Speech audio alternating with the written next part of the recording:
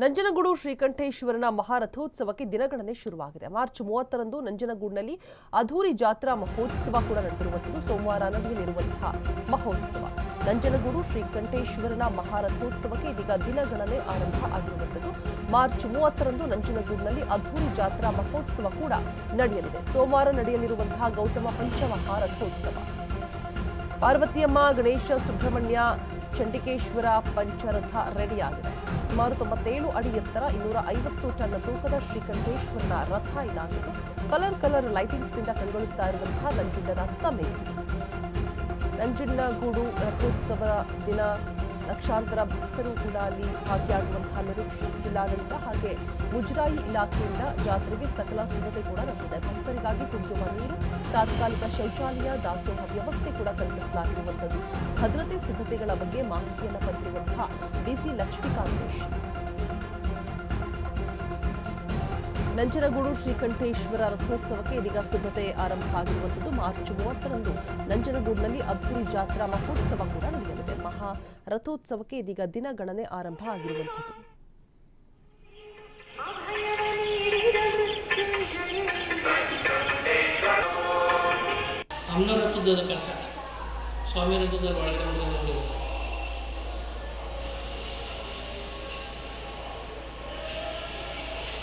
ಒಟ್ಟಿಗೆ 5 ರಥದಿಲ್ಲವ.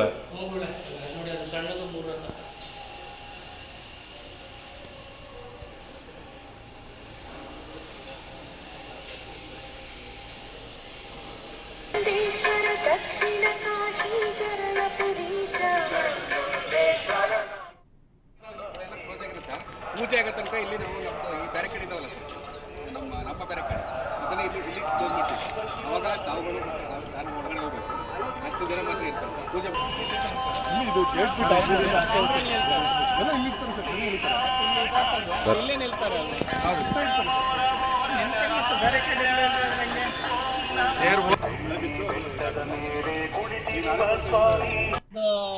ಸುಮಾರು 50 ಅಡಿ ಆಲ್ರೆಡಿ ಇರುತ್ತೆ. ಅದ್ರ ಮೇಲ್ಭಾಗದಲ್ಲಿ ನಾವು 40 ಅಡಿ ಹೈಟ್ ಮಾಡ್ತೀವಿ. ಮತ್ತೆ 7.5 ಅಡಿ ಕಳಸ ಬರುತ್ತೆ. ನಾವು ತೇರಿನ ಮೇಲ್ಭಾಗಕ್ಕೆ ಪ್ರತಿ ವರ್ಷನೂ ಹೊಸ ಮರಗಳು, ಬಿದಿರು, ಕಾಡಿಂದ ಬರುವಂಥ ಬಿದಿರಿನ ಗಟ್ಟೆಗಳು ಮತ್ತು ಹಗ್ಗಗಳನ್ನೆಲ್ಲ ನಾವು ಹೊಸದಾಗಿ ತರಿಸ್ತೀವಿ. ಮತ್ತು ಬಿದಿರಿನ ಅಟ್ಟೆಗಳು ಮತ್ತು ಬಿದಿರಿನ ಗೂಟಗಳು ಎಲ್ಲ ರೆಡಿ ಮಾಡಿ ನಾವು ಮೇಲ್ಗಡೆ ಒಂದು 40 ಅಡಿ ಹೈಟ್ ಕಟ್ತೀವಿ. ಅದರಿಂದ ಮೇಲೆ 7.5 ಅಡಿ ಎತ್ತರದಲ್ಲಿ ಕಳಶ ಇರುತ್ತೆ. ನಂಜುಂಡೇಶ್ವರ ಒಂದು ಕಳಶೋತ್ಸವ ಇರುತ್ತೆ. ಮತ್ತು ಎಲ್ಲದಕ್ಕೂ ಹೊಸದಾಗಿ ಬಂಟಿಂಗ್ಸ್ಗಳು, ಬಾವುಟಗಳೆಲ್ಲ ಅಳವಡಿಸ್ತೀವಿ.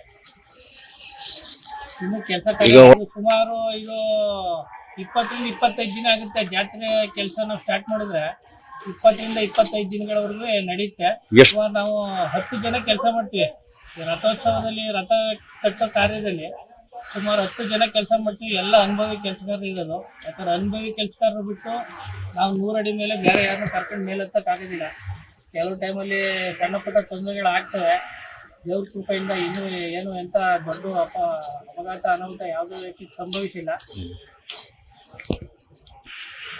ಈಗ ಇದುವರೆಗೂ ಸುಮಾರು 70% ಕೆಲಸ ಮುಗಿದಿದೆ.